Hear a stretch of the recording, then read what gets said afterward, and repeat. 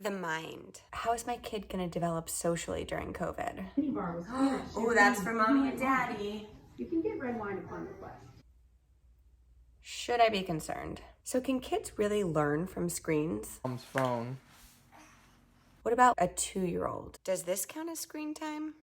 How much socializing do they need? And Parker, does he need to socialize?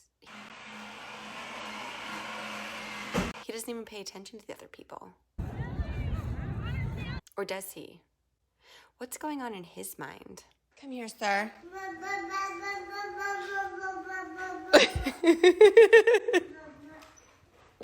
Oh! Yeah, that's a lot. So I've been working with my kiddos on sharing. Okay.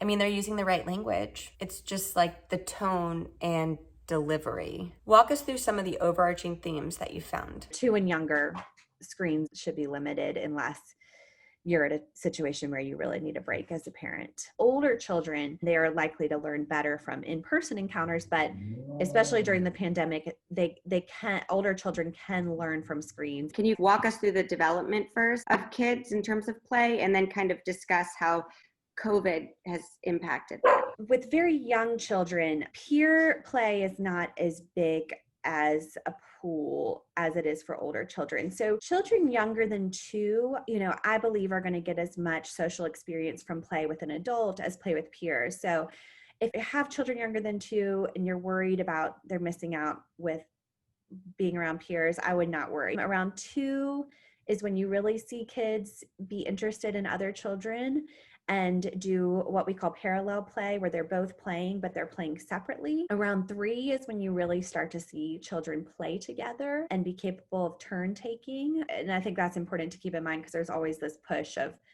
teach your kids how to share. But, that's where we need to roll back our expectations and remember that a lot of 2-year-olds are just not capable of sharing yet. And then around 4 is when you kind of see the more complex pretend games. And, with COVID going on, there are missing very important social interactions. And it's very concerning to me as a child psychologist. If you can try to give them social interaction, work on turn taking with them and work on, building their pretend play skills by engaging in that play with them, which isn't always easy for adults, that can help with their social development. But I think as much as you feel comfortable finding ways for them to safely interact with peers. If FaceTime is the only way you feel safe doing it, then, that's better than nothing. We can't just overlook them and think that, eventually kids will be social again, because at this point we're potentially looking at years of this, particularly since children aren't being included in, or young children aren't being included in any vaccine trials yet. But of course, this varies from family to family based on if you have a high risk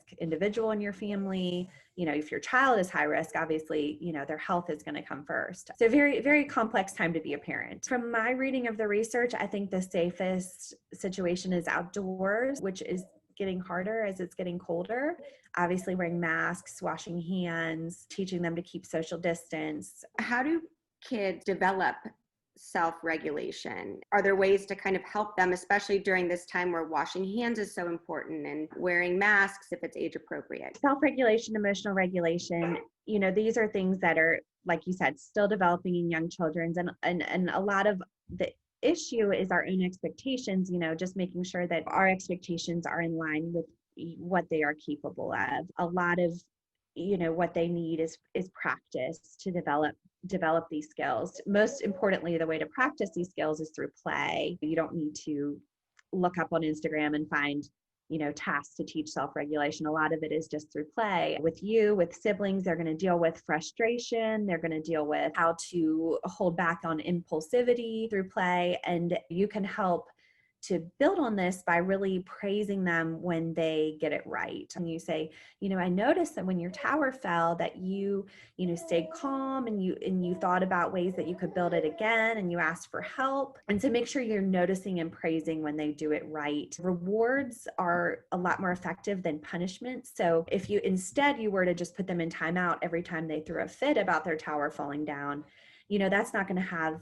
the same impact as really noticing and praising when they're doing it right. You can start talking about emotions with them, noticing when they're feeling emotions themselves. Noticing emotions in stories is really strong. So a lot of children's books have emotional themes. Their behavior is more likely to match your expectation. Mothers who tend to see their kids in a negative light will show increased aggression several years later. Another important thing to keep in mind is your attachment with your child. And attachment isn't just, this broad concept that you hear like attachment parenting of wearing your baby and breastfeeding.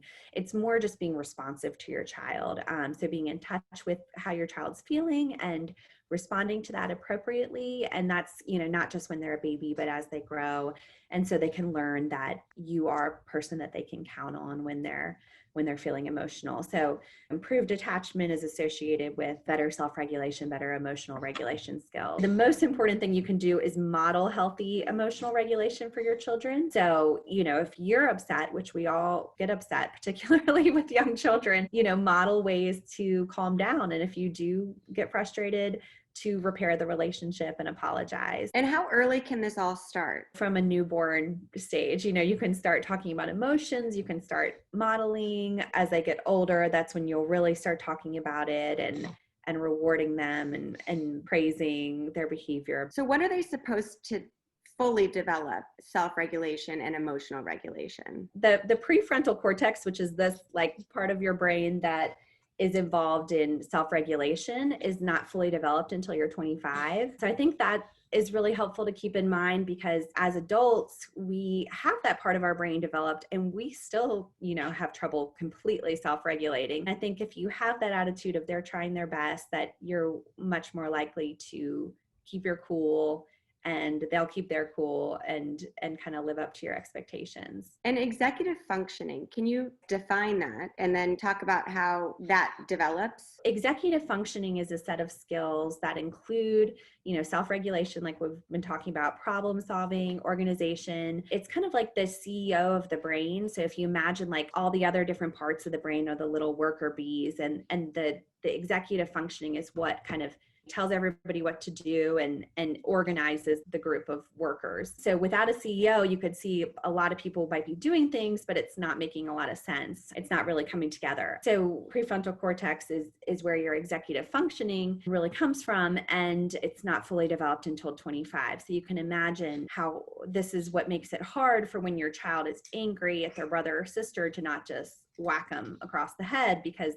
they just don't have that ability to, first of all, stop that impulse to hit. And second of all, to do the problem solving to come up with a better solution. A lot of building executive functioning is just going to be time. What do you think of timeout? There's been a lot, of negative stuff out there about timeout recently, but, I think the research really does show that timeout can be effective for children if you do it in a way that it is more of a time for the child to calm down than a punishment. Advice for parents. I mean, you've given so many amazing tips. Is there anything you'd want to highlight? Read the research and then come to the conclusion on your own, and don't let other people shame you based on kind of their reading of the research.